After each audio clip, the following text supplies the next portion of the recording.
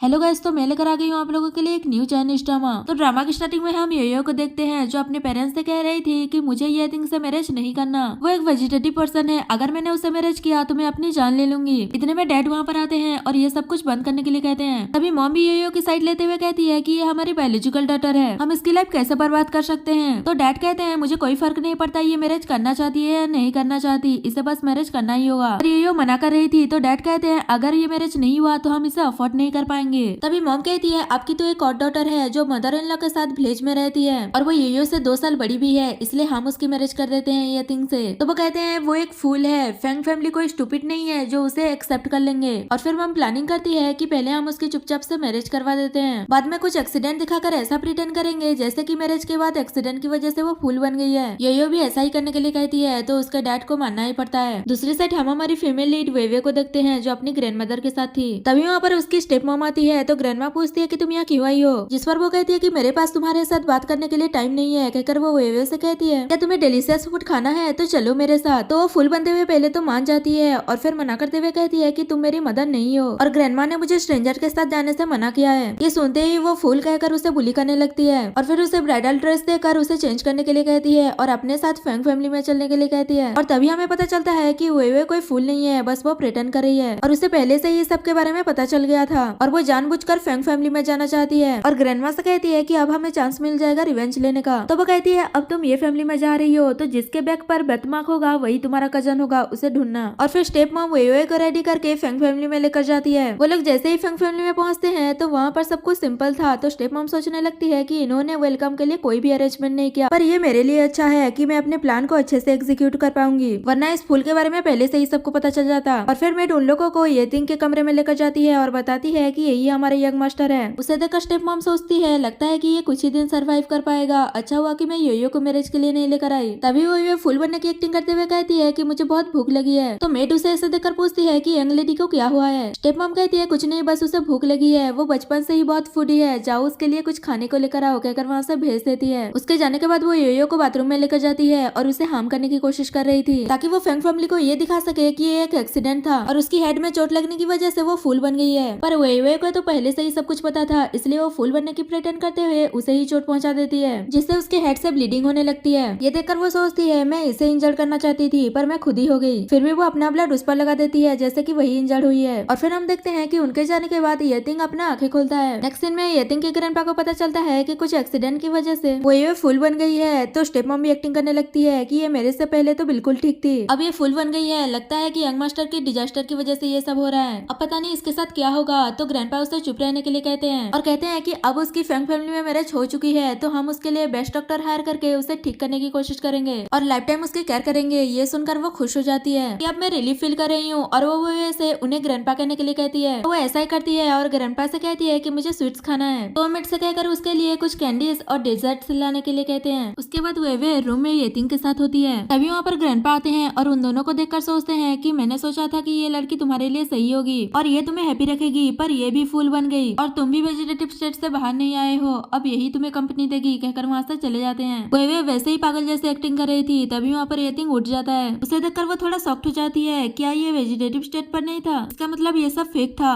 और उसे वैसे ही फूल बनते हुए कहती है क्या तुम टॉयलेट जाने के लिए उठे हो, और वो उसे हक करने के लिए कहती है। तो पूछता है क्या तुम सच में फूल हो, वो एक्टिंग करते हुए कहती है कि मुझे ऐसे मत बोलो। तो वो उसे टेस्ट करने के लिए कि वो सच में फूल है भी कि नहीं उसे कैरी करके बाथरूम में लेकर जाता है और कहता है तुम्हें टॉयलेट जाना था ना तो जाओ। पर वो फूल बनने की एक्टिंग करते हुए कहती है क्या तुम्हें मेरी कोई हेल्प चाहिए। पर येतिंग वहाँ से जा रहा था तो वो उसे रोककर कहती है कि मुझे अकेला डर लगता है, तुम भी यहाँ मेरे साथ रुको। तो वो सोचता है कि ये मेरे सामने ही टॉयलेट जाने की बात कर रही है, इसका मतलब ये सच में फूल है और वहाँ से चला जाता है। पर वेवे को तो इस बारे में पहले से ही पता था और जानबूझकर ये सब कुछ कर रही थी। नेक्स्ट मॉर्निंग वो उसके कुछ ज्यादा ही क्लोज जाकर उसे हस्बैंड कहकर उठा रही थी। जब वो ये सुनता है तो वो उसे हस्बैंड कहने से मना करता है और कहता है कि मेरा नाम येतिंग है। पर वेवे कहती है येतिंग कुछ अच्छा साउंड नहीं हो रहा तो मैं हस्बैंड ही कहूंगी। वो कहता है ठीक है तुम्हें जो पसंद है वही कहना, पहले मेरे ऊपर से उठो। और फिर उसके क्लोज जाकर कहता है कि अभी मैं उठा था, इस बारे में तुम घर में किसी को भी नहीं बताओगी, अगर तुमने किसी को बताया तो मैं तुम्हारा टॉय डिस्ट्रॉय कर दूंगा और अगर तुम मेरी बात मानती रही तो मैं तुम्हें कैंडीज दूंगा। ये सुनकर वो खुश होकर उसे किस कर देती है। इससे तो वो भी सख्त हो गया था। तभी वहाँ पर कोई आने लगता है तो येतिंग जल्दी से बेड पर लेट जाता है। तभी वहाँ मेट के साथ फैंग फैमिली का डॉक्टर ये आता है और वो उसे बताता है कि मैं येतिंग का डॉक्टर हूँ। उसे देखकर वो सोच रही थी इसे डील करना इतना इजी नहीं होगा, मुझे थोड़ा केयरफुल रहना होगा। तभी वो उसे टेस्ट करने के लिए कैंडी फेंक फेंक कर दे रहा था और वो भी फूल बनते हुए उठा रही थी। तभी ये थिंग उठ जाता है और उसे ऐसा करने से मना करता है। तो वो कहता है मैं तो बस वेरीफाई कर रहा था कि वो सच में फूल है या भी नहीं। ये थिंग कहता है ऐसे घटिया तरीके से, और वो वेवे को बुलाकर कहता है ऐसे गिरा हुआ चीज नहीं उठाते, वो डटी होता है। तभी डॉक्टर बताता है कि इसकी फैमिली वाले इसकी केयर करने के लिए इसे वापस ले जाने आए हैं। तो ये थिंग भी उसे जाने के लिए कहता है और कहता है कि अगर तुम्हें किसी ने बुली किया तो आकर मुझे बताना। तो वो खुश हो जाती है कि मेरे हस्बैंड मुझे प्रोटेक्ट करेंगे। तो वो चली जाती है और फिर ये थिंग डॉक्टर से सारी कैंडीज मांगता है तो वो दे देता है। वेवे को उसकी मॉम लेने आई थी और फिर वेवे उसके साथ चली जाती है। तभी ये थिंग डॉक्टर को उसके पीछे जाने के लिए कहता है। वो शॉक्ड हो जाता है कि क्या मैं जाऊँ? तो वो कहता है मैं तो वेजिटेटिव स्टेट पर हूँ तो तुम्हें ही जाना होगा। तो वो वेवे के पीछे चला जाता है। दूसरी साइड वेवे को जब उसकी मॉम लेकर जाती है तो यो उस पर बहुत गुस्सा करती है कि आप इसे यहाँ क्यों लेकर आए हैं। हर तरफ यही बातें हो रही है कि यही गु फैमिली की एल्डेस्ट डॉटर है। तो वो बताती है कि ये थिंग वेजिटेटिव स्टेट पर है, इसलिए फैंग फैमिली ने इसके नाम पर 8% शेयर कर दिया है। मैं इसे इसलिए लेकर आई हूँ ताकि हम शेयर ट्रांसफर पेपर पर साइन करवा सके। वेवे भी सोचने लगती है कि फैंग फैमिली का 8% बहुत ज्यादा अमाउंट होगा। इससे ये खुश हो जाती है और कहती है कि ये स्टूपिड उन शेयर्स का क्या करेगी। और वो वेवे को शेयर ट्रांसफर पेपर पर साइन करने के लिए कहती है और उसे धमकी देती है कि अगर उसने नहीं किया तो अच्छा नहीं होगा। तो वो उसी का ही नाम लिख देती है। ये देखकर ये उस पर गुस्सा करने लगती है कि मैंने तुम्हारा नाम लिखने के लिए कहा था, ये तुमने क्या लिख दिया, कहकर उसे हिट कर रही थी। तभी वहाँ पर डैड आते हैं और उसके साथ ये थिंग का ब्रदर आता है जिसका नाम जायो है। और वो वेवे से कहती है कि मैंने सुना है तुम्हारे हेड की इंजरी की वजह से तुम फूल बन गई हो। तो वो स्टूपिड बनते हुए कहती है कि मैं फूल नहीं हूँ। वो कहता है तुम्हें मुझसे डरने की जरूरत नहीं है, मैं तुम्हारे हस्बैंड का ब्रदर हूँ, तो चलो अपने ब्रदर को हक करो। तो वो कहती है कि मेरा कोई ब्रदर नहीं है, मेरे ब्रदर को मॉम की बेली में ही आंटी ने मार डाला था और फिर मॉम मॉन्स्टर बन गई और वो किलर को ढूंढ रही है। ये सुनते ही उसकी स्टेप मॉम उसे हिट करने के लिए आगे आती है, पर तभी वहाँ पर डॉक्टर आकर उसे रोक देता है और वेवे को प्रोटेक्ट करते हुए कहता है कि ये फैंग फैमिली की डॉटर इन लॉ है, अगर इसके साथ कुछ गलत हुआ तो तुम लोग अफोर्ड नहीं कर पाओगे। तभी से उससे पूछता है कि तुम यहाँ क्या कर रहे हो, जिस पर वो बताता है कि मैं इसका डॉक्टर हूँ, इसलिए हर वक्त इसके साथ रहकर इसका सिचुएशन चेक करना होता है। ये सब कहने के बाद वो वेवे को लेकर वहाँ से चला जाता है। उसके बाद दोनों घर आते हैं और फिर वेवे वेटिंग से कहती है तुमने डॉक्टर को जो चॉकलेट देने के लिए कहा था वो बिल्कुल भी अच्छा नहीं है और मेरा हाथ भी गंदा हो गया। तो वो साफ करते हुए कहता है कि अगर तुम्हें वो चॉकलेट अच्छा नहीं लगा तो तुम मत खाओ। और फिर उसकी नजर उसके फेस पर पड़ता है तो वो पूछता है कि तुम्हारे फेस को क्या हुआ। वो ये बताती है कि मेरी सिस्टर और मेरे पेरेंट्स ने किया है, शायद मैंने कुछ गलत कर दिया था। तभी डॉक्टर भी कहने लगता है कि थोड़ी देर अगर मैं पहले भी पहुंच जाता तो मुझे इस सब के बारे में तो पता ही नहीं होता। यतिन कहता है उनकी हिम्मत कैसे भी मेरे लोगों को हाथ लगाने की। और फिर वेवे की केयर करने लगता है तो वो ऐसा प्रिटेंड करने लगती है जैसे कि उसे नींद आ रही है। तो वो सोने जाने के लिए कहता है और कहता है कि जब तुम उठोगी तो मैं तुम्हें डिलीशियस चॉकलेट दूंगा। तो वो खुश होकर वहाँ से चली जाती है। और फिर डॉक्टर से बताता है कि मैंने गो हाउस में जीआईओ को देखा, तो वो सोच रहा था कि पता नहीं अब वो क्यों आया है। जिस पर डॉक्टर कहता है हो सकता है कि उसे जब पता चला होगा कि तुमने एक फूल से मैरिज किया है तो वो तुम्हारा मजाक उड़ाने के लिए आया होगा, पर वो तो यहाँ नहीं आया। तो यतिन कहता है पर मुझे लगता है कि जब उसे पता चला होगा ओल्ड मैन ने उस लिटिल फूल के नाम 8% शेयर कर दिया है तो उसे बिल्कुल भी पसंद नहीं आएगा कि कोई आउटसाइडर के पास कुछ भी प्रॉपर्टी जाए। डॉक्टर कहता है मैंने तुम्हारे कार एक्सीडेंट के बारे में पता लगाया था और पता चला कि उसी ने ही ये सब कुछ किया है, इसलिए वो अब्रॉड में जाकर छुपा हुआ था पर अब वो वापस आ गया है। यतिन कहता है बहुत जल्द मैं उसे सब कुछ सेटल करने वाला हूँ। उसके बाद आधी रात को दोनों सो रहे थे तो वो उठकर बाथरूम में जाती है और फिर अपने असिस्टेंट को फोन करती है। तभी हमें पता चलता है कि वो कोई ऑर्डिनरी सी गर्ल नहीं है बल्कि वो भी रिच है। और फिर वेवे को पूछने पर वो बताता है कि यहाँ सब कुछ अच्छे से इन्वेस्टिगेशन हो रहा है पर हमारे इस ऑपरेशन में एक नर्स की बहुत ही जरूरत है तो आपको उससे मिलने जाना पड़ेगा। तो वो मान जाती है और टाइम और जगह भेज देने के लिए कहती है। वो जैसे ही वहाँ से बाहर आती है तभी वहाँ पर जीआईओ आता है। उसे देखकर वो घबरा जाती है कि तुम यहाँ पर कैसे आए और वो चिल्लाने लगती है। तो वो बताता है कि यतिन का ये रूम साउंड प्रूफ है, अगर तुम चिल्ला चिल्ला कर थक भी जाओगी तो कोई तुम्हारी बात नहीं सुनेगा। और वो उसके साथ बदतमीजी करने लगता है तो वो सोचती है कि मैं एक्सपोज नहीं हो सकती और वो यतिन से हेल्प करने के लिए कह रही थी। जीआईओ कहता है तुम्हारा हस्बैंड एक वेजिटेरियन पर्सन है, वो तुम्हारी हेल्प नहीं करने वाला, कहकर वो और बुली करने लगता है। वो भी सोच रही थी कि इसकी वाइफ के साथ ये सब हो रहा है और वो कुछ कर भी नहीं रहा। थोड़ी देर बाद यतिन हेल्प करने के लिए उठ जाता है और वो उससे कहता है कि तुम्हारी हिम्मत कैसे हुई मेरे सामने ही मेरी वाइफ के साथ ये सब करने की, कहकर उसे हेट करता है। ये देखकर वो भी शॉक्ड हो गया था कि तुम कैसे उठ गए। और फिर वो वेवे को संभालता है तो वो उसे कहती है कि तुम भी एक बैड पर्सन हो, तुमने मुझे पहले क्यों नहीं बचाया। तो वो भी सोचने लगता है कि सच तो कह रही है कि मेरे और उसमें क्या फर्क रह गया। सोचकर वो इमोशनल होते हुए उसे हक कर लेता है। नेक्स्ट मॉर्निंग ग्रैंडपा को भी यतिन के उठने के बारे में पता चल गया था और वो उसे देखकर खुश हो रहे थे। उनके साथ उसका सेकंड सन भी आया था और जीआईओ उन्हीं का बेटा है। तो वो कहने लगता है कि डैड मुझे यतिन से बचाइए। तो वो यतिन पर चिल्लाने लगता है कि तुम अपने ब्रदर को ऐसे कैसे मार सकते हो। और ग्रैंडपा से भी कहता है कि आपको तो बस एक ही ग्रैंडसन नजर आता है, क्या आपको ये नजर नहीं आता यतिन ने इसे कितना मारा है। जिस पर यतिन कहता है कि सेकंड अंकल आप शुक्र मनाइए कि ये ब्लड रिलेटेड है, वरना इसने जो किया है इसे मैं घर से बाहर निकलवा देता। और वो ग्रैंडपा को सब कुछ बता देता है और सीसीटीवी फुटेज भी दिखाता है। ये देखकर तो ग्रैंडपा उस पर गुस्सा करने लगते हैं। तो सेकंड अंकल कहता है पहले तो ये बताओ कि उस रूम में कमरा कहाँ से आया। तभी डॉक्टर बताता है कि मैंने ही यतिंग की सिचुएशन जानने के लिए कमरा लगवाया था। और मैं ये देखकर शॉक्ड हो गया कि जाइयो आधी रात को जाकर सिस्टर इन लोग को बुली कर रहा था, जो कि अभी भी वो फूल है। जाइयो ग्रैंडपा से माफी मांगने लगता है पर वो उसकी बात नहीं सुनते।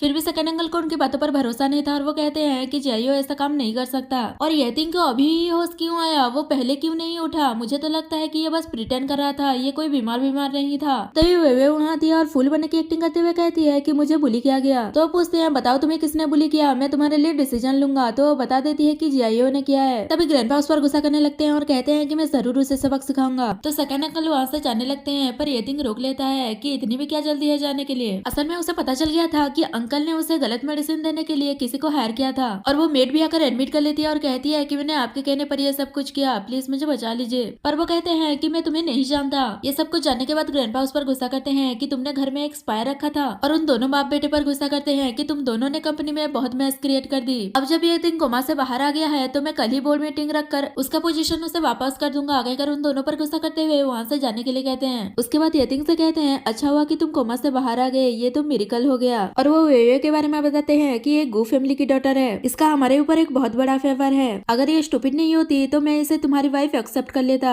अगर तुम उससे डिवोर्स लेना भी चाहते हो तो तुम्हें उसकी केयर करना होगा। ये सुनकर तो वो शॉक्ड हो जाता है। तो ग्रैंडपा पूछते हैं क्या तुम उससे डिवोर्स नहीं लेना चाहते। यतिंग कहता है मैं इससे डिवोर्स लेना चाहता हूँ पर इससे कोई कॉन्टेक्ट नहीं रखना चाहता। वो ये फूल बनते हुए कहती है कि कैसा डिवोर्स, और सोचती है कि कैसे लोग हैं जब चाहे मैरिज कर रहे हैं और जब चाहे छूट दे रहे हैं। ग्रैंडपा कहते हैं ये कैसा रहेगा कि तुम यतिंग को अपना ब्रदर बना लो। पर वो कहता है कि मैं तुम्हारा कोई ब्रदर नहीं हूँ, तुम्हें यहाँ से चले जाना चाहिए। तो वो कहती है कि तुम एक लायर हो, अभी अभी तो तुमने कहा था कि तुम मुझे प्रोटेक्ट करोगे और अभी तुम ऐसा कह रहे हो। इस पर ग्रैंडपा भी उस पर गुस्सा करने लगते हैं कि तुम इतने हार्टलेस कैसे हो सकते हो, भले ही तुम उसे पसंद नहीं करते पर तुमने उसे मैरिज किया है और तुम्हें उसकी रिस्पॉन्सिबिलिटी लेना चाहिए। तो वो कहता है आपको क्या लगता है कि ये मैरिज के बाद स्टूपिड बनी है। मैंने किसी को इसके बारे में पता लगाने के लिए कहा था तो पता चला कि ये पहले से ही स्टूपिड है। गू फैमिली ने हमें फूल बनाया। ये सुनते ही ग्रैंडपा गुस्सा करने लगते हैं कि उन लोगों की हिम्मत कैसे हुई ये सब करने की, और मैंने भी इसके नाम पर 8% शेयर कर दिया, ये तो गू फैमिली के लिए अच्छा होगा। तो यतिंग कहता है कि मैं सबको संभाल लूंगा और फिर सोचता है कि मुझे माफ करना वे ये बहुत डेंजरियस हो सकता है, तुम्हें मेरे साथ नहीं रहना चाहिए और आज जो कुछ भी हुआ मैं नहीं चाहता कि दोबारा ऐसा कुछ भी हो। वे भी सोच रही थी कि ये तो मुझे भगाना चाहता है, मैं अभी फैंग फैमिली से नहीं जा सकती, मुझे अपने ग्रैंडमा के लिए अपने कजन को ढूंढना ही होगा। और वो नाराज होने की एक्टिंग करते हुए पीछे मुड़ जाती है और किसी को मैसेज करती है। उसके बाद यतिंग अपना काम कर रहा था तभी उसे पता चलता है कि ऑनलाइन उसकी कोमा से बाहर आने का और उसकी फुल वाइफ के बारे में न्यूज फैल रहा है। तभी ग्रैंडपा भी उसे फोन करते हैं और कहते हैं कि तुमने ऑनलाइन न्यूज देखा, ये सब कुछ क्या हो रहा है। तो वो उन्हें चिंता नहीं करने के लिए कहता है और कहता है कि मैं बहुत जल्दी से डील कर लूंगा।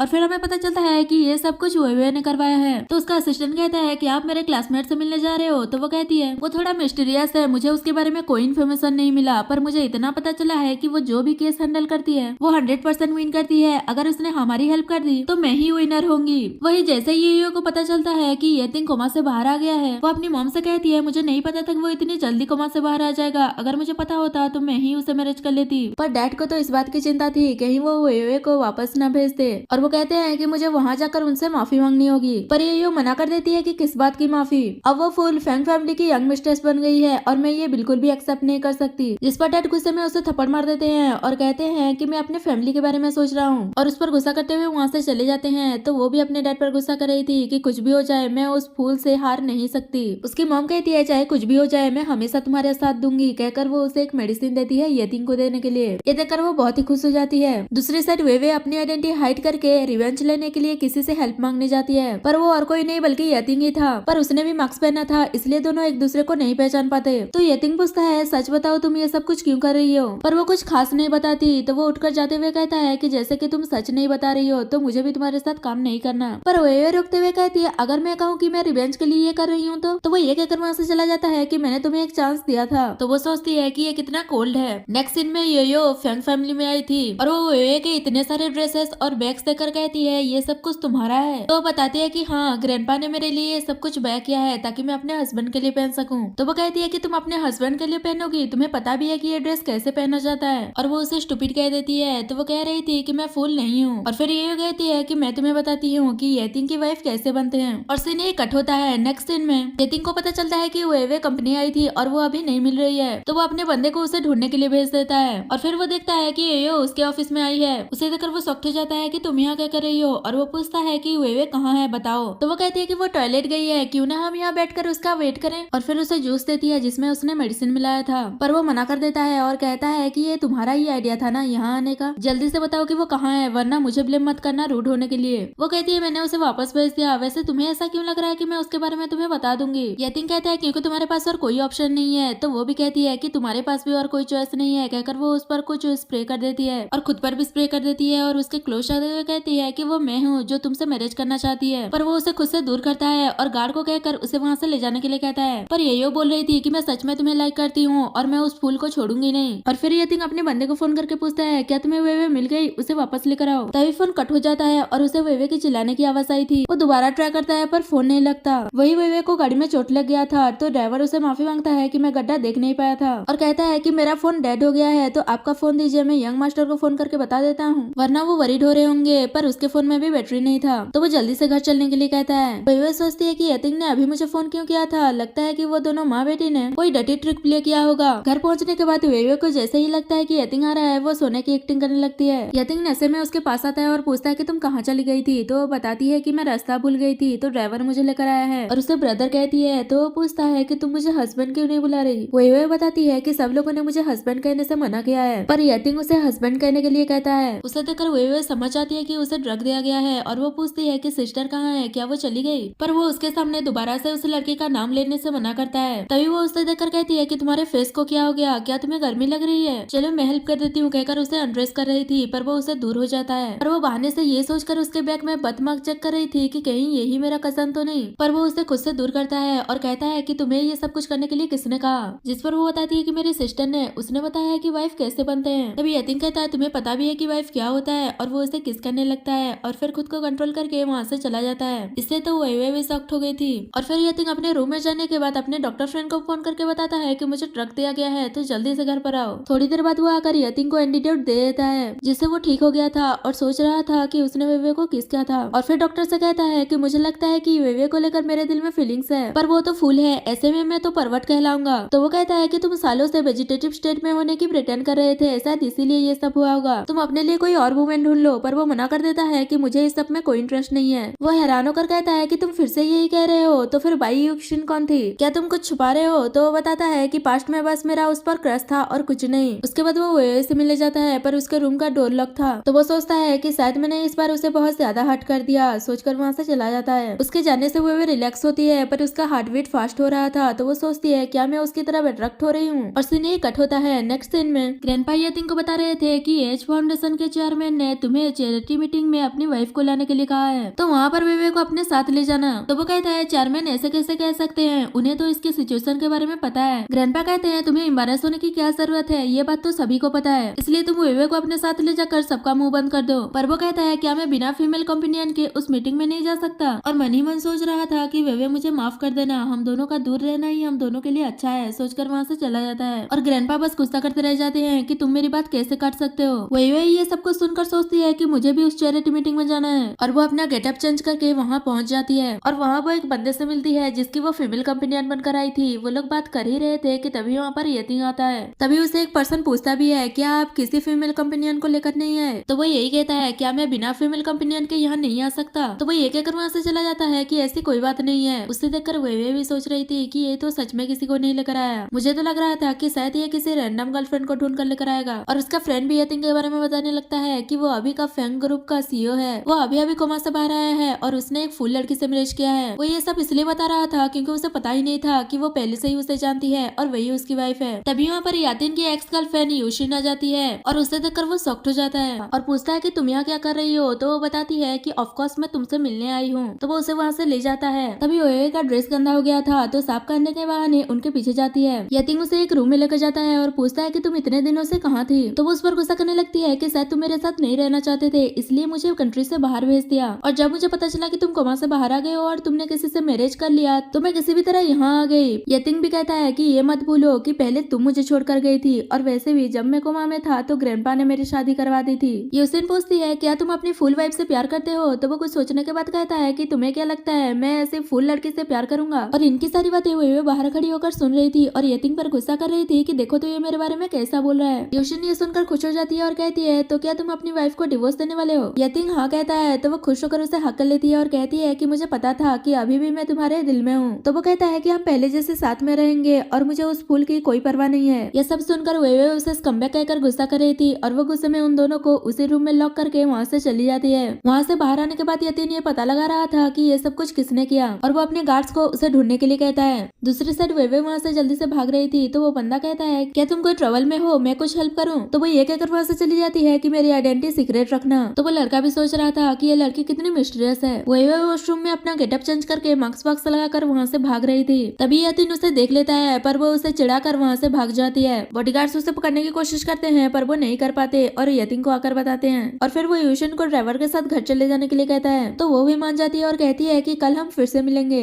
दूसरी साइड वेवे घर पर यतिन को स्कम्बैक कहकर गुस्सा कर रही थी और वो डिसाइड करती है कि वो जल्द से जल्द अपने कजन के बारे में पता लगाकर यहाँ से चली जाएगी। तभी वहाँ पर यतिन आने लगता है तो वो सोने की एक्टिंग करती है। वो आकर वेवे का फीवर चेक कर रहा था क्योंकि मेड ने उसे कहा था कि उसकी तबीयत कुछ ठीक नहीं है। तो वो जग जाती है और फिर उसे स्मेल करके कहती है कि ये कैसा फ्रेगनेंस है, इसका बहुत ही गंदा स्मेल आ रहा है। तो वो खड़ा हो जाता है और कहता है कि मैं किसी को भेजकर तुम्हारे ग्रैंड माँ को यहाँ बुला लूंगा, आज से वही तुम्हारी केयर करेंगी क्योंकि मैं यहाँ नहीं आऊंगा। तो वो गुस्सा करने लगती है और कहती है कि ऐसा तुम मेरे साथ कैसे कर सकते हो? यतिन कहता है फूल लड़की, तुम्हें क्या लगता है कि मैं तुम्हें लाइक करता हूँ? मैं बस तुम्हारे लिए सॉरी फील करता था और तुम्हें क्या लगा कि मैं पूरी लाइफ तुम्हारे साथ स्पेंड करूंगा? तो बहुत गुस्सा हो जाती है और उसे एक बुक फेंक कर मारती है जिससे उसे चोट भी लग जाता है और कहती है कि चले जाओ यहाँ से, मैं तुम्हें दोबारा दिखना नहीं चाहती और गुस्से में सो जाती है। नेक्स्ट मॉर्निंग वो जैसे ही जगती है वहाँ पर यूसी आई थी और डॉक्टर भी उसके साथ आया था और वो बताता है कि यही यतिन की वाइफ है। तो यूशी वेवे को अपने आप को यतिन की गर्लफ्रेंड कहकर इंट्रोड्यूस करती है और फिर डॉक्टर यतिन के बारे में पूछता है तो वो कहती है कि शायद वो मर गया।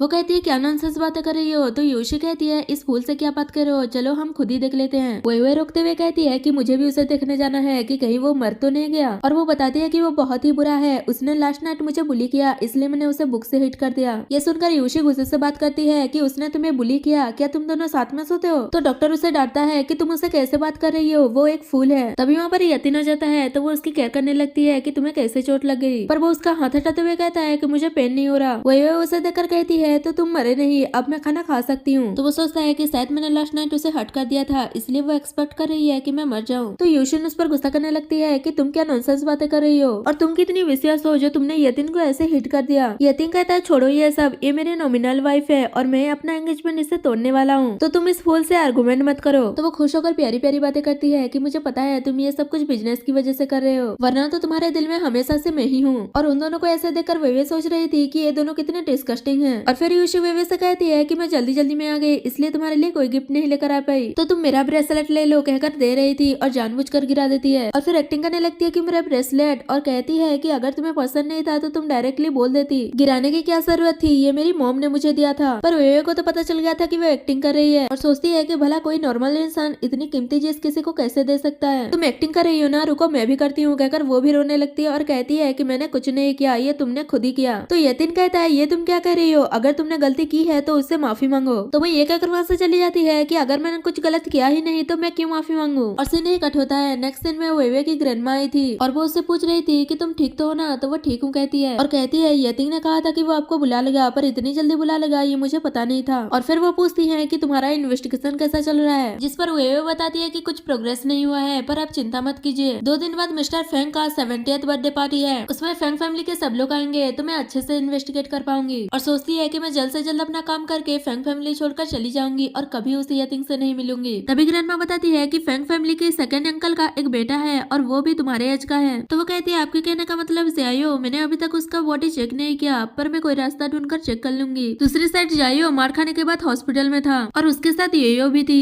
तभी वहाँ पर वेवे नर्स के गेटअप में आ जाती है और येयो को देखकर शॉक्ड हो जाती है कि ये यहाँ क्या कर रही है। जायो तो था ही प्ले बॉय इसलिए वो उसे फ्लर्टी नजर से देखने लगता है। यायो कहती है तुम कहाँ देख रहे हो, अगर तुमने दोबारा ऐसी गलती की तो मैं तुम्हें माफ नहीं करूंगी। तो वो उसे ये कहकर मनाता है कि मैं तुमसे बहुत प्यार करता हूँ, बस एक बार मुझे ठीक हो जाने दो। तभी येयो को पता चलता है कि वो दोनों साथ में हैं और वो येयो को ये कहकर वहाँ से भेज देती है कि अभी पेशेंट का ड्रेसिंग चेंज करना है। उसके जाने के बाद यायो उसे फ्लर्ट करने लगता है तो वो बहाने से बदमाश चेक करती है और फिर जैसे ही वो कंफर्म होती है कि उसका कोई बदमाश नहीं है तो वो उसे अच्छा खासा सबक सिखाकर वहाँ से चली जाती है। और फिर वो जैसे ही घर जाती है वो देखती है कि यतिन यूसिन को एक नेकलेस गिफ्ट करता है और कहता है कि वेवे ने तुम्हारा ब्रेसलेट तोड़ दिया था ना, इसलिए उसके ब्याह पर दे रहा हूँ। ये देखकर वो बहुत ही खुश हो जाती है और कहती है कि तुम ही मुझे पहना दो। तो वो पहना देता है। ये देखकर वे गुस्सा कर रही थी कि अभी हमारा डिवोर्स हुआ नहीं कि ये लड़की लेकर घर में आ गया है, कहकर वो गुस्से में वहाँ से चली जाती है। उसके बाद यतिन वहाँ से जा रहा था पर यूशिन उसे रोकती है, तो वो ये कहकर वहाँ से चली जाती है कि अभी मुझे वर्क करना है। तो वो गुस्सा करने लगती है कि अगर तुमने मुझे सेट किया तो अच्छा नहीं होगा, वैसे जो चीज मुझे नहीं मिलती मैं उसे डिस्ट्रॉय कर देती हूँ। वही यातिन वेवे से मिलने जाता है और जैसे ही वो उठ जाती है तो वो उसे हक कर लेता है। तो वो शॉक्ड हो जाती है कि अब इसे क्या हो गया और कहने लगती है कि तुम कौन हो। वो कहता है कि तुम्हारा हस्बैंड हूँ, पर वेवे कहती है कि तुम मेरा हस्बैंड नहीं हो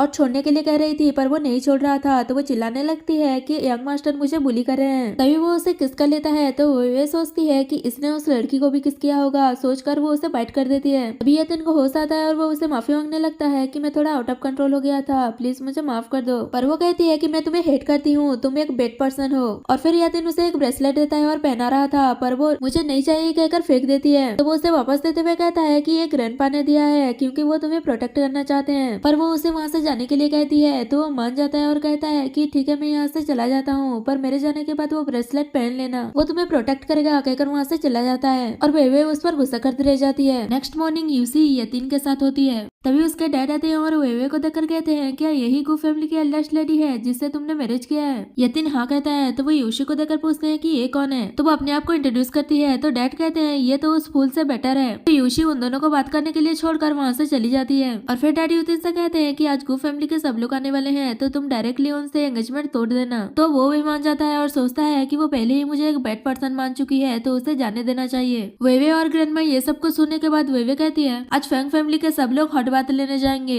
तो मुझे चेंजिंग रूम में छुप कर उन्हें चेक करना होगा। ग्रैंडमा कहती है ये तो बहुत अच्छी बात है पर कुछ होगा तो नहीं ना। तो कहती है कि आप इस बात की चिंता मत कीजिए, मुझे तो इस बात की चिंता है कहीं मैं अपने कजन को ढूंढे बिना इस घर से न चले जाऊं। ये लोग आज एंगेजमेंट तोड़ना जो चाहते हैं। तो ग्रैंडपा उन पर गुस्सा कर रही थी कि उनकी हिम्मत कैसे हुई तुम्हें डिवोर्स देने की, पर वेवे उन्हें शांत करती है। नेक्स्ट सीन में वेवे के डैड आए थे तो यतिन के डैड उनसे डिवोर्स की बात करते हैं। तो वो वेवे पर गुस्सा करने लगते हैं कि तुमने क्या किया जो ये लोग डिवोर्स की बात कर रहे हैं, क्या तुमने अपने हस्बैंड के अच्छे से बात नहीं मानी। तभी यतिन उन्हें रोकता है और चुप रहने के लिए कहता है। और फिर वेवे कहती है कि मैंने कुछ भी गलत नहीं किया। ग्रैंडमा भी उस पर गुस्सा करती है क्या तुम इसे मारना चाहते हो, अगर तुमने दोबारा मेरे ग्रैंडडॉटर पर हाथ उठाने की कोशिश की तो मैं तुमसे फाइट करूंगा। पर वो बेशरम की तरह कहता है अगर ये मरती है तो मर जाए, इससे मुझे कोई फर्क नहीं पड़ता और आप ये मत सोचिए कि आप ओल्ड हैं तो मैं आपको पनिश नहीं कर सकता। तभी यतिन के डैड उन्हें चुप कराते हैं और कहते हैं कि अपने घर की प्रॉब्लम अपने घर जाकर सॉल्व कीजिए। वेवे के डैड कहते हैं भले ही डिवोर्स हो रहा है पर हमारे बीच तो सब कुछ ठीक होगा ना। तो वो कहते हैं तुम अपनी फुल डॉटर की एंगेजमेंट कराकर तुम्हारी हिम्मत कैसे हुई मुझसे नेगोशिएट करने की। यतिन उन्हें शांत कराता है और कहता है कि मैं यहाँ डिवोर्स की बात करने आया था और कुछ नहीं कहकर वहाँ से चला जाता है। वेवे सोचती है अभी सब लोग पूल में जाने ही वाले होंगे, मुझे कुछ बहाना करके वहाँ जाना ही होगा, कहकर वो वॉशरूम जाने की एक्टिंग करती है और कहती है कि मुझे बाथरूम जाना है। यतिन के डैड मेट से कहकर बाथरूम ले जाने के लिए कहते हैं। उसके बाद ग्रैंडमा उनसे कहती है कि मैं वेवे की गार्डियन हूँ, ये डिवोर्स बहुत जल्द हो जाएगा और उसके बाद मैं उसे लेकर जाऊंगी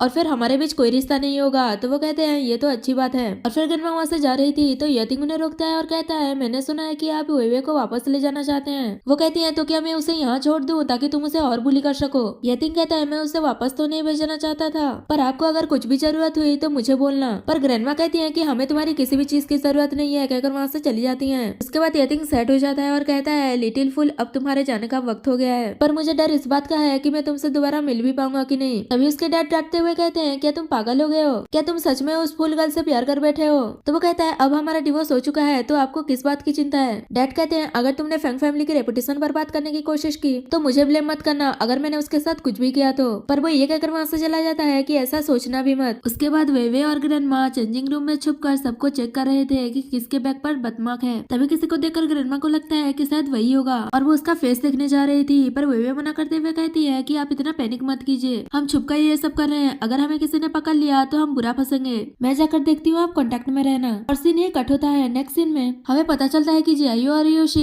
यतिन के खिलाफ मिलकर काम कर रहे हैं और वही योशी को कंट्री में वापस लेकर आया है और अभी उसे डांट रहा है कि उस फूल ने यतिन को इन्फ्लुएंस कर दिया पर तुम उसका फास्ट लव होकर भी कुछ नहीं कर पा रही हो। और उसे धमकी देता है कि तुम जल्द से जल्द यतिन को डिसअपियर कर दो वरना मैं तुम्हें वापस भेज दूंगा, वो भी हमेशा के लिए। तो वो भी मान जाती है और इन दोनों की कन्वर्सेशन वेवे छुपकर सुन रही थी और उसे भी उनकी प्लानिंग के बारे में पता चल जाता है। पर तभी उसे कोई हिट कर देता है। जैसे ही उसे होश आता है तो उसके सामने वो दोनों खड़े थे। असल में उन लोगों को पता चल गया था कि वे उनकी बातें सुन रही है और फिर वे फूल बनने की प्रिटेंड करते हुए कहने लगती है कि तुम लोग कौन हो, प्लीज मुझे छोड़ दो, मुझे घर जाना है। जियायो पूछता है कि तुम यहाँ क्या कर रही थी, तो वो ये कहने लगती है कि मैं बटरफ्लाई पकड़ रही थी, वो उड़ते उड़ते यहाँ आ गया था। तो जियायो उसे जाने देने के लिए कहता है, पर यूसी उसे रोकते हुए कहती है कि हम इसे ऐसे कैसे जाने दे सकते हैं, इसने हमारा फेस देख लिया है। तो वो कहता है कि ये बस एक फूल है, ये क्या ही कर लेगी। यूसी कहती है शायद ये इतना स्टूपिड है ही नहीं जितना हम उसे समझते हैं, हमें इसे ऐसे जाने नहीं देना चाहिए। तो वो कहता है कि तुम्हारे कहने का मतलब क्या है। यूसी कहती है कि ये अकेले इतनी दूर बटरफ्लाईज पकड़ने आई है तो रास्ते में ये गिरकर मर भी सकती है। ये सुनकर जियायो भी शॉक्ड हो जाता है, क्या तुम इसे मारना चाहती हो। तभी वो चिल्लाने लगती है कि कोई मेरी हेल्प करो। तो यूशी उसे चुप कराती है और जियायो से कहती है कि तुम इसे मुझ पर छोड़ दो,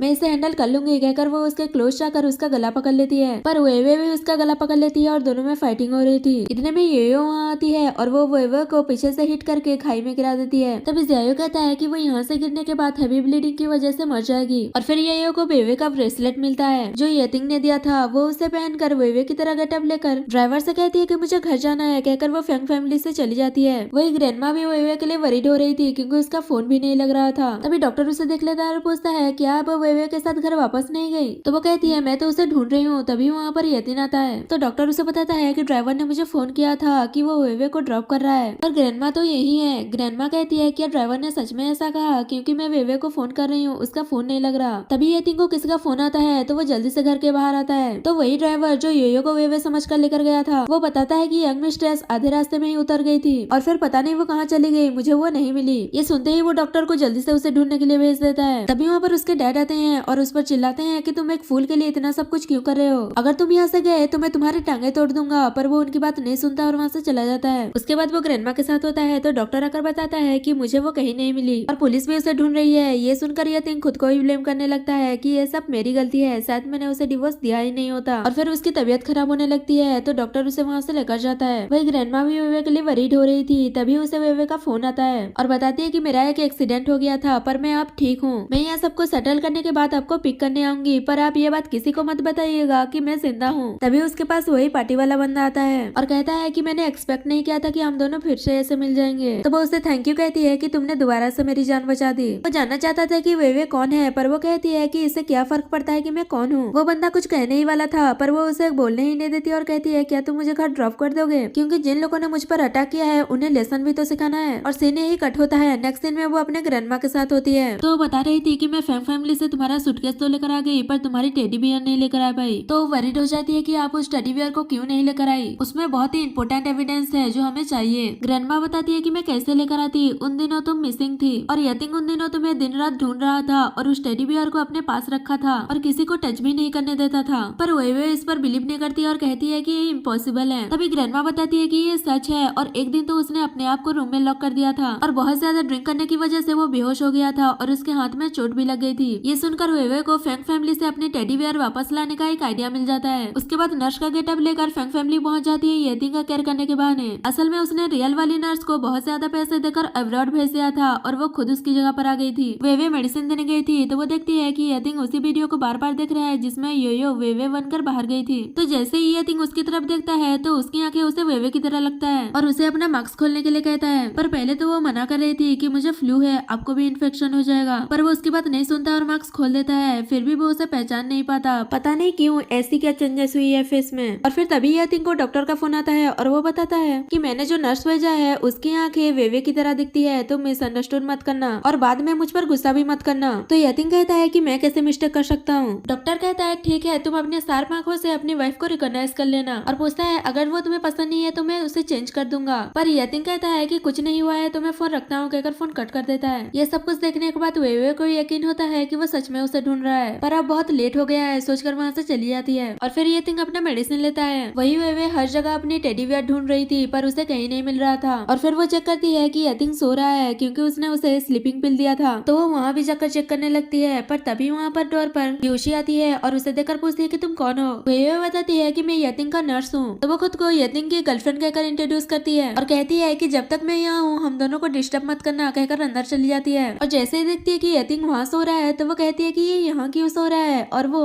वेवे को हेल्प करने के लिए कहती है येतिंग को बेडरूम में ले जाने के लिए। और फिर दोनों मिलकर बहुत ही मुश्किल से येतिंग को बेडरूम तक ले जाते हैं। जैसे योशी थक गई थी तो वेवे उसे पानी पीने के लिए देती है। वो जैसे ही वो पानी पीती है, थोड़ी देर बाद वो भी सो जाती है। उसके बाद एक मेड वेवे से कहती है कि अच्छा हुआ कि तुम इस टाइम पर यंग मास्टर का केयर कर रही हो, वरना मुझे तो ये डर था कि अगर ऐसा ही चलता रहा तो उनकी बॉडी कोलैप्स कर जाएगा। तो वो कहती है उन्हें क्या जरूरत है अपनी फुल वाइफ को ढूंढने की, वो तो योशी के साथ रहते। मेड कहती है कि क्या नॉनसेंस बातें कर रही हो, अगर यंग मास्टर का डिवोर्स नहीं भी हुआ होता तो उन दोनों के बीच इम्पॉसिबल था। और वो बातों में बता देती है कि वो साथ में नहीं रहते। ये सुनकर तो वो शॉक्ड हो जाती है क्योंकि उसे लग रहा था कि वो दोनों साथ में रहते हैं। अभी वहाँ पर यतिंग योशी से गुस्सा करते हुए आ रहा था, तो वो उसे समझा रही थी कि तुम मुझ पर इतना गुस्सा क्यों कर रहे हो, तुम इंजर्ड हो इसलिए मैं तुम्हारी बात लेने में हेल्प कर रही थी, इसमें ऐसा क्या हो गया जो तुम मुझसे इतना गुस्सा हो गए। और वो भी गुस्सा करने लगती है कि तुम उस फूल के लिए इतना वरीड क्यों हो रहे हो, तुमने तो कहा था ना कि तुम मुझसे डिवोर्स ले लोगे, इसलिए मैं तुम्हारा वेट कर रही हूँ। अगर वो डिसअपेयर हो गई है तो क्या हो गया, शायद वो कभी वापस ना आए। ये सुनते ही वो उसे थप्पड़ मार देता है और उस पर गुस्सा करता है। वो ये देखकर खुश हो रही थी कि ये मेरी वजह से उस पर गुस्सा कर रहा है, और फिर उसे उन दोनों पर चिल्लाती है कि तुम दोनों खड़े होकर क्या देख रही हो, अपना काम करो। और फिर मेड कहती है कि तुम यहाँ सब कुछ क्लीन कर दो, मैं योशी के पास जाती हूँ, कहकर चली जाती है। तो वो सब कुछ क्लीन करती है और फिर यतिंग के पास जाती है। तो वो उस पर चिल्लाता है कि तुम मेरे पीछे क्यों आ गई, क्या तुम्हें और कोई काम नहीं है। तो वो कहती है अगर आप रेस्ट करेंगे तो आपकी इंजरी 1 वीक में ठीक हो जाएगी। यतिंग कहता है इसका मतलब तुम 1 वीक तक यहाँ रहने वाली हो। और सीन ही कट होता है। नेक्स्ट सीन में वे उसी बंदे से मिलने गई थी। असल में उसने उसे जियायो और यूसी के बारे में पता लगाने के लिए कहा था, तो वो उनके बारे में सब कुछ इन्वेस्टिगेट करके उसे दे देता है और बताता है कि यतिंग के कार एक्सीडेंट के बाद जियायो ने यूसी से कॉन्टेक्ट किया था और वो उनके बारे में और भी बात कर रहे थे, पर तभी एक रिपोर्टर उनका फोटो क्लिक कर लेता है। वही यतिंग भी उस बंदे के बारे में पता लगा रहा था और उसे पता चलता है कि उसका नाम नाथानियल है और वो एक यूरोपियन फैमिली का यंग मास्टर है। तो यतिंग सोचने लगता है कि वो करना क्या चाहता है। उसके बाद वो कॉफी पी रहा था, तो वे आकर उसे कहती है कि आपको थोड़ा कम कॉफी पीना चाहिए। तो वो उसे थैंक यू कहता है उसकी केयर करने के लिए। तभी उसे किसी का कॉल आता है और उसे पता चलता है कि योशी को किसी ने किडनैप कर लिया है और वो 5 मिलियन मांगता है। तो वो जगह का नाम पूछता है कि वो पैसा लेकर कहाँ जाएगा। और फिर वो वेवे को देख रहा था, तो वो पूछती है कि तुम मुझे ऐसा क्यों देख रहे हो। उसके बाद यतिंग वेवे को लेकर उसी जगह जाता है जहाँ पर योशी को रखा है और फिर वो लोग गुंडों को पैसा देकर योशी को छोड़ने के लिए कहते हैं। तो वो कहते हैं कि हमने पहले ये कहा था, पर अब हमें वो पर्सन भी चाहिए। तो यतिंग उन पर गुस्सा कर रहा था और फिर दोनों में बात बिगड़ने लगती है। तभी वेवे सोचती है कि अभी यतिंग और नाथानियल के लोग रास्ते में हैं, उनके आने तक मुझे ये सब हैंडल करना होगा, कहकर वो गुंडों से कहती है आपके टारगेट मेरे बॉस हैं, तो क्या मैं यहाँ से चली जाऊँ। तो वो कहते हैं तुम्हारा बॉस मरने वाला है और तुम यहाँ से जिंदा जाना चाहती हो। पर यतिंग ने अपने बॉडी में बम लगाया था। ये देखकर तो वेवे भी डर जाती है। तो वो कहता है मैं बस इनके साथ प्ले कर रहा हूँ, तुम यहाँ से निकल जाओ। तो वो कहती है तुम्हें ऐसा नहीं करना चाहिए, अभी तक तो तुमने मुझे सैलरी भी नहीं दिया, मैं नहीं चाहती कि तुम यहाँ मर जाओ। उसके बाद यतिंग गुंडों को 10 मिनट देता है और कहता है कि तुम लोग यहाँ से चले जाओ, वरना तुम लोग यहाँ पर ब्लास्ट हो जाओगे। पर उन लोगों को बिलीव नहीं हो रहा था कि तुम जैसे रिच आर्मी हम लोगों के साथ यहाँ कैसे मर सकता है। यतिंग कहता है अगर तुमने मुझे शूट करने की कोशिश की तो ये बम ब्लास्ट हो जाएगा। तो वो लोग डर के मारे वहाँ से चले जाते हैं, पर जाते जाते वहाँ पर एक गैस बम छोड़कर जाते हैं और तब तक वो लोग योशी को भी नहीं बचा पाए थे, इसलिए यतिंग वेवे को वहाँ से भेज देता है। तो वो भी बाहर आ जाती है किसी से हेल्प मांगने। तभी वहाँ पर नाथानियल आ रहा था, तो वो उसे सब कुछ बता देती है और कहती है कि यतिंग अंदर ही है, हमें उसे सेव करना होगा, कहकर वो लोग अंदर जाते हैं। पर तब तक डॉक्टर भी बॉडीगार्ड्स के साथ आ जाता है और वो यतिंग और योशी को बचाकर लेकर जाते हैं। उसके बाद वेवे कहती है कि मुझे नहीं लगता योशी इतना सिंपल है, हो सकता है कि ये बस उसने किडनैपिंग का नाटक किया हो। तो नाथानियल कहता है ठीक है, मैं उसके बारे में पता लगाऊंगा। और फिर हॉस्पिटल में डॉक्टर उसे पूछता है कि असल में हुआ क्या था जिससे यतिंग की ये हालत हो गया। तो वो सब कुछ बता देती है और कहती है कि शायद यतिंग ने कुछ ज्यादा ही पॉइजनस गैस इनहेल कर लिया है। डॉक्टर कहता है पर ये कैसे हो सकता है कि योशी से ज्यादा यतिंग का कंडीशन खराब है। वेवे कहती है इस बारे में तो आपको योशी को पूछना चाहिए, क्योंकि मेरे जाने के बाद ये दोनों ही वहाँ पर थे। तो वो बताता है कि वो अभी तक होश में नहीं आई है। वेवे कहती है कि वो बहुत जल्द होश में आ जाएगी और सोचती है कि योशी ने यतिंग के साथ क्या किया है। उसके बाद वो घर पर होती है तो उसे पता चलता है कि यतिंग कहीं गायब हो गया है। तो वो जल्दी से उसके बारे में पता लगाती है और जैसे ही उसका लोकेशन मिलता है वो वहाँ चली जाती है। असल में यतिंग वहाँ पर किसी से मिलने गया था और वो किसी बंदे को अपनी वाइफ को ढूंढने का काम देता है। उसके बाद वेवे उसे अपने पास बुलाती है, तो वो उसे देखकर शॉक्ड हो जाता है और पूछता है कि तुम यहाँ क्या कर रही हो। वो कहती है ये तो मुझे पूछना चाहिए कि तुम यहाँ क्या कर रहे हो। यतिंग कहता है मैं तो यहाँ किसी को ढूंढने आया था। वेवे कहती है तुम्हें किसी ने झूठ बोला है, वो यहाँ नहीं है, चलो यहाँ से वरना तुम मारे जाओगे, कहकर उसे लेकर जा रही थी। पर तभी वही बंदा रोक लेता है और कहता है ये वुमेन तो बहुत ही टैलेंटेड निकली। असल में वेवे को नाथानियल ने पहले ही सब कुछ पता लगाकर बता दिया था कि किडनैपर के लीडर को किसी ने मार दिया है। तो वो समझ गई थी कि ये सब योशी और जियायो ने किया है और इस बार यतिंग को बचा लिया गया है, तो वो जरूर कुछ करेंगे। वही जियायो भी योशी पर गुस्सा कर रहा था कि मैंने तुम्हें यतिंग को पॉइजन देने के लिए कहा था पर तुम कुछ नहीं कर पाई। तो वो कहती है कि मैं कैसे कुछ करती, यतिंग अपनी बॉडी में बम लगा कर आया था तो किसी की हिम्मत नहीं हुई कुछ भी करने की। तो वो गुस्से में उसे थप्पड़ मार देता है और कहता है कि अगर हम उसे ऐसे कंट्रोल नहीं कर सकते तो उसे मरना होगा और उसने ये सब प्लान किया था।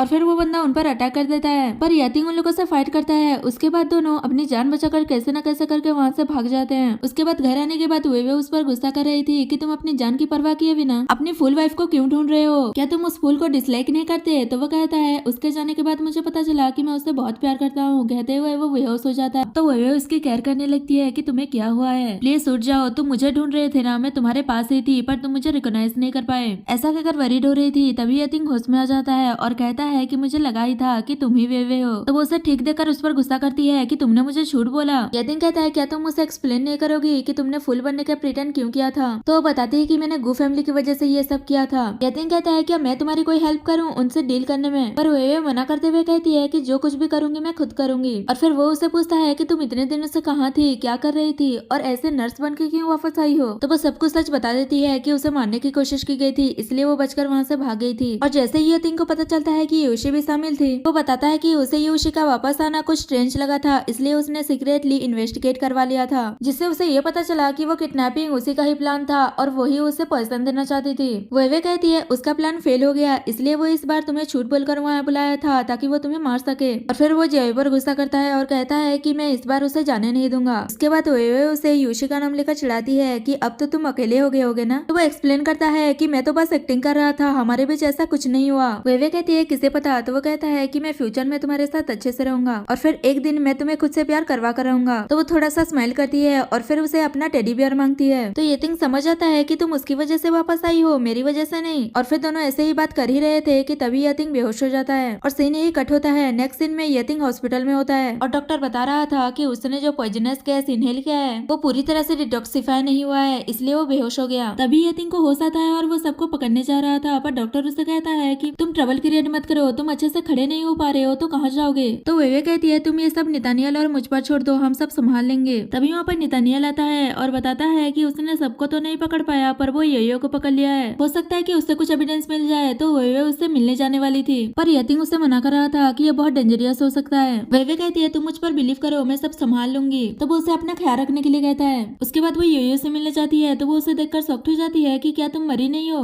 वे कहती है क्या तुम डर रही हो। तो वो कहती है क्यों डरूंगी, क्या तुम्हारे पास कोई एविडेंस है। वो कहती है कि मेरे पास तो नहीं है, पर तुमने जो ब्रेसलेट पहना है वही प्रूफ है। योयो कहती है ये बस एक ब्रेसलेट है, ये कैसे कोई एविडेंस हो सकता है। वे कहती है कि ये मिस्टर फैंक प्रूफ करेंगे कि ये मेरा है क्योंकि उन्हीं ने ये मुझे दिया था। योयो झूठ बोलने लगती है कि मैंने तो इसे कहीं से उठा लिया था, ये तुम्हारा कैसे हो सकता है। और फिर वे बातों बातों में उससे सच निकलवा ही लेती है कि उसी ने ये सब किया है। और फिर योयो उस पर गुस्सा करने लगती है कि तुमने बस फूल बनने का प्रिटेंड किया और छोड़ने के लिए कह रही थी, पर वे उसकी बात नहीं सुनती और कहती है कि अब तुम्हारी मॉम डैड की बारी। उसके बाद उसकी स्टेप मॉम उससे मिलने आती है और उस पर गुस्सा कर रही थी कि तुम योयो को कैसे अरेस्ट करवा सकती हो। वे कहती है तुम लोग मुझे बार बार हर्ट कर सकते हो, तो क्या मैं अपनी मॉम की मौत की रिवेंज भी नहीं ले सकती। पर वो उसे रिक्वेस्ट कर रही थी कि योयो इनोसेंट है, पर वो उसकी बात नहीं सुनती और उसे उसके ही हस्बैंड के खिलाफ भड़का देती है, जिससे वो उसकी बातों में भी आ जाती है। उसके बाद वे नितानियल के पास जाती है तो वो कहता है कि मुझे पहले ही समझ जाना चाहिए था कि तुम गु वे हो और तुमने येतिंग से किस हालत में मैरिज किया है। पर वे कहती है अगर तुम्हें बिजनेस की बात नहीं करनी तो मैं यहाँ से जा रही हूँ कहकर जाने लगती है। तो वो रुकता है और कहता है ठीक है हम बिजनेस की बात करते हैं। और वो दोनों बिजनेस की बात करने लगते हैं कि गु कंपनी की शेयर वैल्यू लो हो गया है तो वो लो प्राइस में खरीद लेंगे और कल ही शेयर होल्डर की बोर्ड मीटिंग रखने का प्लान करते हैं। दूसरी साइड उसकी स्टेप डैड उसके पास जितने भी पैसे हैं वो सब लेकर लंदन भागने की तैयारी कर रहा था। तभी स्टेप मॉम गुस्से में आती है और उसे कहती है कि तुम ऐसा कैसे कर सकते हो, मैं तुम्हें मार डालूंगी कहकर उस पर अटैक करती है। पर वो डैड को रोक लेते हैं और उसे रूम से भगा देते हैं। उसके बाद उन्हें पता चलता है कि बोर्ड मीटिंग हो रहा है तो वो गुस्सा कर रहे थे कि अभी किसने बोर्ड मीटिंग रख दिया और वो गुस्से में मीटिंग में जाते हैं। जैसे ही वो वहाँ पर वेवे को देखते हैं तो वो उस पर गुस्सा करने लगते हैं कि तुम यहाँ पर क्या कर रही हो और वहाँ क्यों बैठी हो, उठो वहाँ से। तभी उन्हें पता चलता है कि वो गो कंपनी की सबसे बड़ी शेयर होल्डर बन गई है। ये सुनकर तो वो शॉक्ड हो जाते हैं और उस पर और भी गुस्सा करने लगते हैं कि तुम अपनी मॉम का बदला लेने आई हो ना यहाँ पर, क्या तुम मुझे भी मारना चाहती हो। तो वो मना कर देती है और कहती है कि मैं आपको मारूंगी नहीं, पता है क्यों, मैं आपका सब कुछ छीन लूंगा, उसके बाद भी आपको जिंदा रहना होगा। ये सुनकर तो उसकी तबीयत खराब होने लगती है पर वेवे को कोई फर्क नहीं पड़ता। उसके बाद वेवे हॉस्पिटल जाती है येतिंग से मिलने के लिए। तो वो कहता है कि मुझे घर जाना है। वेवे पूछती है क्या तुम पूरी तरह से ठीक हो गए हो। वो ठीक तो हो गया है पर मुझे लगता है कि कुछ दिनों तक उसे हॉस्पिटल में ही रहना चाहिए ऑब्जर्वेशन के लिए। तो येतिंग कहता है अगर मैं घर में रहूंगा तो ठीक हो जाऊंगा। और फिर वेवे से कहता है कि मुझे तुम्हारे साथ रहना है। वेवे कहती है हॉस्पिटल के पास में ही मेरा अपार्टमेंट है तो कुछ दिनों तक तुम वही रह लेना। उसके बाद दोनों वेवे के घर जाते हैं और वहाँ पर उसकी ग्रैंडमा भी थी। तो वो येतिंग को देखकर उस पर गुस्सा करने लगती है कि तुम यहाँ क्या कर रहे हो। तभी वेवे बताती है कि इसे मेरी वजह से चोट लगी है, इसलिए ये जब तक ठीक नहीं हो जाता ये यहाँ पर रहेगा। पड़ेगा क्योंकि हॉस्पिटल के पास ही हमारा घर है। और फिर यतिंग उसे ग्रैंडमा कहता है तो वो उस पर गुस्सा करती है कि कौन है तुम्हारी ग्रैंडमा, तुम्हारे पास भी तो घर है पर तुम वहाँ नहीं जा रहे हो और हमारे साथ चिपके हुए हो, कहकर वो गुस्से में वहाँ से चली जाती है। उसके बाद वे यतिंग के लिए रूम सेट कर रही थी, तभी वहाँ पर यतिंग आता है तो वो उसे बताकर कि यही तुम्हारा रूम है वहाँ से जा रही थी, पर वो उसे रोकते हुए कहता है कि मैंने तुम्हें बहुत मिस किया। वे कहती है आज सडनली तुम्हें मेरी याद कैसे आ गई, तब तुम मुझे मिस नहीं करते थे जब तुम मुझे विला में छोड़कर चले जाते थे और कई दिनों तक वापस नहीं आते थे। तो यतिंग उसे माफी मांगते हुए कहता है कि फ्यूचर में दोबारा ऐसा नहीं होगा। तो वो कहती है कि ये तुम्हारे परफॉर्मेंस पर डिपेंड करता है, अगर तुमने फ्यूचर में मुझे अनहैप्पी किया तो मैं हमेशा के लिए डिसअपियर हो जाऊंगी। यतिंग कहता है ऐसा नहीं होगा और वो उसके क्लोज जाकर कहता है कि पहले तुमने फुल बनने की प्रिटेंड किया था जिस वजह से मैंने खुद को ही परवर्ट समझ लिया था, उसका पेबैक तो तुम्हें करना होगा, कहकर उसे किस करने वाला था। पर तभी वहाँ पर दरवाजे पर ग्रैंडमा आ जाती है तो जल्दी से वे जाकर डोर ओपन करती है। तो ग्रैंडमा उसे वहाँ देखकर कहती है कि तुम यहाँ क्या कर रही हो और उसे अपने साथ ले जाती है और फिर उसे कहती है कि तुमने मुझे प्रॉमिस किया था कि तुम उसे डिवोर्स दोगी, तो फिर तुमने अभी तक उसे सब कुछ क्लियर क्यों नहीं किया। वे कहती है पहले हम दोनों के बीच बहुत कुछ मिसअंडरस्टैंडिंग हो गया था पर हम आपको सब कुछ क्लियर कर देंगे। पर ग्रैंडमा कहती है कि तुम उस पर बिलीव मत करो, फैंग फैमिली बिलीव करने के लायक नहीं है। वे कहती है आप फैंग फैमिली के खिलाफ ऐसी ओपिनियन कैसे रख सकती हैं, पर वो उसकी कोई भी बात नहीं सुन रही थी और कहती है कि तुम्हें डिवोर्स लेना ही होगा। तो वो उन्हें शांत करने के लिए कह देती है कि ठीक है मैं आपको प्रॉमिस करती हूँ कि मैं उससे दूर रहूंगी, और वो उन्हें शांत करके सोने के लिए भेज देती है। नेक्स्ट डे सब लोग साथ में बैठे थे तभी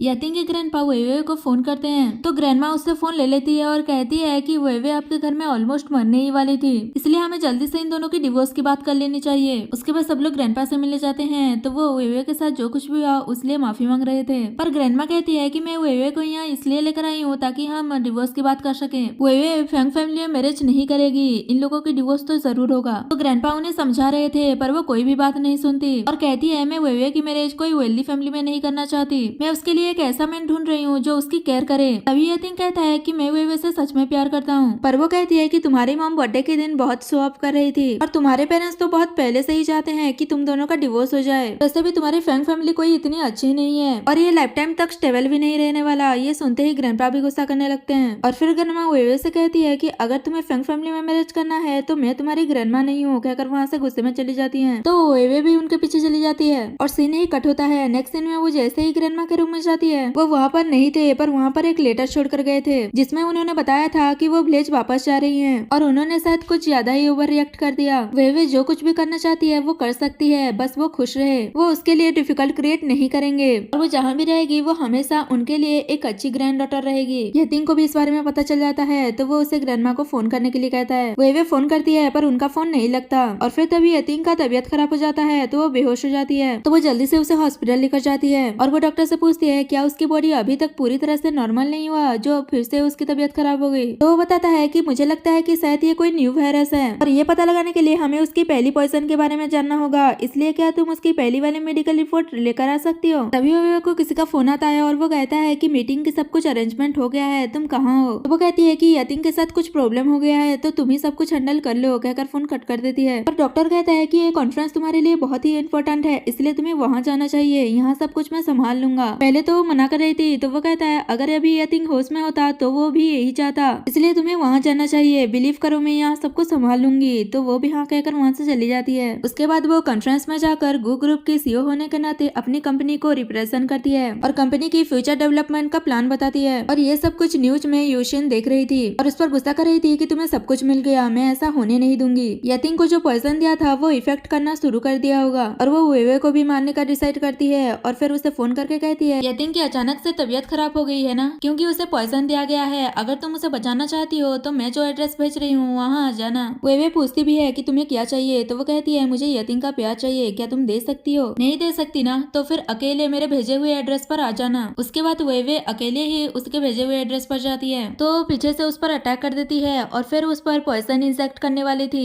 पर तभी वहाँ पर यतिंग आ जाता है और उसे रोक देता है और कहता है कि तुम फिर से यही गलती करने वाली थी। पर यूशी को कोई पछतावा नहीं था और वो कहती है तो क्या हो गया। तो यतिंग उस पर बहुत गुस्सा करता है और फिर वे को लेकर वहाँ से जा रहा था तो यूशी मैं तुम लोगों को छोड़ूंगी नहीं कहकर वो यतिंग पर वही पॉइजन इंजेक्ट कर देती है और कहती है कि मैंने दोबारा से वही पॉइजन तुम्हें दे दिया है, अब तुम अपना कंट्रोल खो दोगे और पागल सा बिहेव करने लगोगे। तो वो सचमुच एग्रेसिव हो जाता है और उस पर अटैक कर देता है और कहता है कि मैं तुम्हें छोड़ूंगा नहीं। यूसी भी कहती है कि भले ही मैं मर जाऊं पर एक को तो मार कर ही रहूंगी और फिर वे यतिंग को छुड़ाने की कोशिश करती है पर वो नहीं छोड़ रहा था तो वो उसे बाइट कर लेती है। तो यतिंग उस पर ही अटैक करने देने वाला था, पर वे कुछ ना कुछ करके उसे कंट्रोल कर लेती है, उसे शांत करके हॉस्पिटल लेकर जाती है और फिर ट्रीटमेंट के बाद यतिंग पूरी तरह से ठीक हो जाता है। सब कुछ ठीक हो जाने के बाद दोनों एक दूसरे से मैरिज कर लेते हैं और इसी के साथ हमारा ये ड्रामा खत्म हो जाता है।